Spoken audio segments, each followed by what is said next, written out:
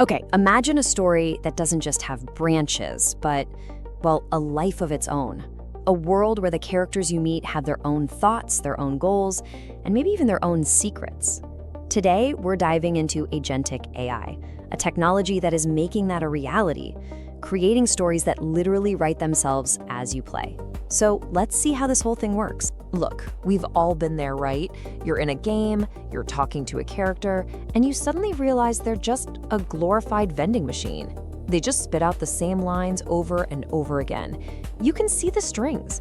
And that's the core problem with so many interactive stories. They're built on these pre-written branches, which always leads to repetitive gameplay and, let's be honest, some pretty shallow characters. So, how do we build a world that feels genuinely alive? Well, we're going to break it down by looking at 5 key pieces. First, what makes this a new kind of story? Then we'll meet the AI crew working behind the scenes. After that, we'll get into characters that have actual minds. We'll look at the AI dungeon master that keeps it all from flying off the rails. And finally, what all this means for the future of how we tell stories. All right, first up, we're talking about a fundamentally new kind of story. We're all getting pretty used to generative AI, but the real game changer, the real leap, is to something different: Agentic AI. And this isn't just about creating text or images, it's about creating autonomy. So here's the crucial difference. Think of generative AI like a brilliant improv actor. You give it a prompt, it gives you a fantastic response, but its memory is pretty short-term. Agentic AI, on the other hand, is more like a method actor. It's proactive. It has its own goals and a persistent, long-term memory. It doesn't just talk, it actually uses tools to act on its world to get what it wants. So, how do you actually build this? You might think the answer is just one giant, super smart AI. But it turns out that approach gets really confused, and frankly, it loses the plot. The real breakthrough was realizing you don't need a single genius, you need a crew. A dedicated AI storytelling crew. Yeah, researchers who were building a game master AI found that the secret is using a multi-agent system. The best way to think about it is like a film crew. You've got the creative narrator up front, the one who's actually talking to the player, but behind the scenes, you have this super logical archivist whose only job is to track every single fact, so there are no plot holes.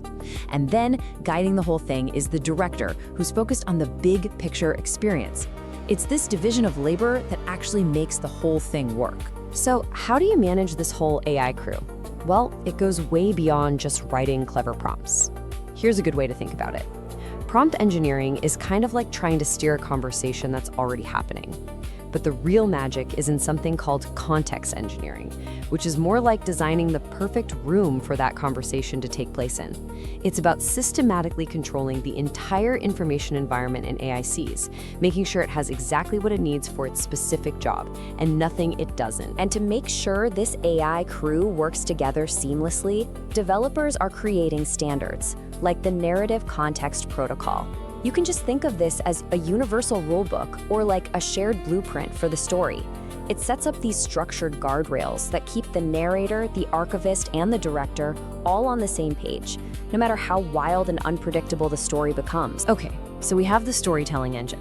Now let's talk about the inhabitants. And this is where it gets truly wild. We are talking about characters who are not just quest givers hanging around waiting for you to show up. No. These are Agentic AI player characters, or APCs, and they are active participants with their own lives. So how does an AI actually develop an inner life? It's kind of amazing. A groundbreaking simulation from Stanford actually figured out this really elegant thought loop. First, an experience happens, and it gets recorded in its memory. Then the AI reflects on those memories, turning them into higher-level beliefs.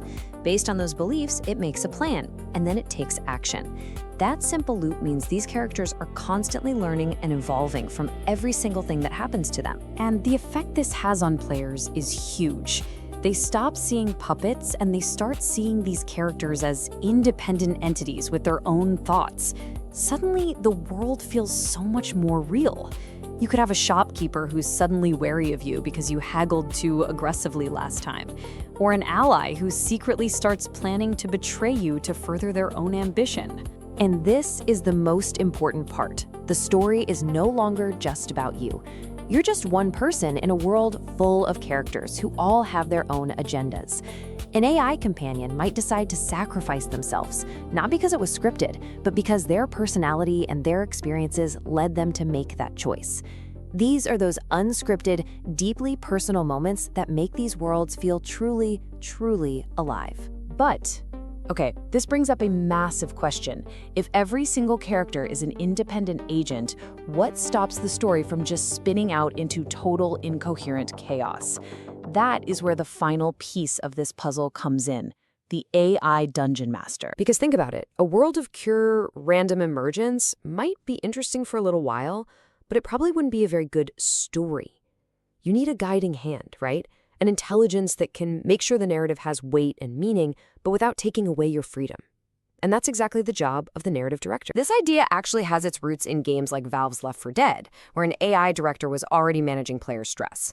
Well, today's systems do the same thing, but for narrative tension. So if things get a little too quiet, the director can inject a surprise conflict. After a really tough fight, it can create a quiet moment for character development. It's basically a story DJ, keeping you perfectly in that sweet spot of flow. And the director's job is so much bigger than just pacing. It's the ultimate quality control. It maintains continuity, making sure the world remembers its own history so there are no plot holes. It ensures thematic coherence, gently steering events to reinforce the story's big ideas. And, maybe most powerfully, it handles personalization, crafting moral dilemmas that are built to specifically challenge your behavior, making the story feel like it's truly about you. So let's pull all of this together. What we're really looking at here is a complete paradigm shift for entertainment. We are moving away from just consuming stories, and we're moving towards actually co-authoring them alongside a complex, intelligent system. And please, don't think this is science fiction. This is happening right now. Industry analysts are already projecting a threefold jump in AI-driven game narratives by the end of this decade. The frameworks are being built, the tools are here, and these new worlds are already under construction. If you take just one thing away from this whole explainer, let it be this. The revolution isn't about creating one giant, all-knowing AI brain. The real breakthrough is designing a smarter, more collaborative ecosystem. The narrator, the archivist, the independent characters, and the director all working together to create a story that is both emergent and absolutely unforgettable. And all of this leaves us with one final, pretty profound question to think about. In a world where every character has their own story, their own agency, and the narrative literally writes itself, are you still the protagonist? Or are you just another character in a story that's far, far bigger than yourself?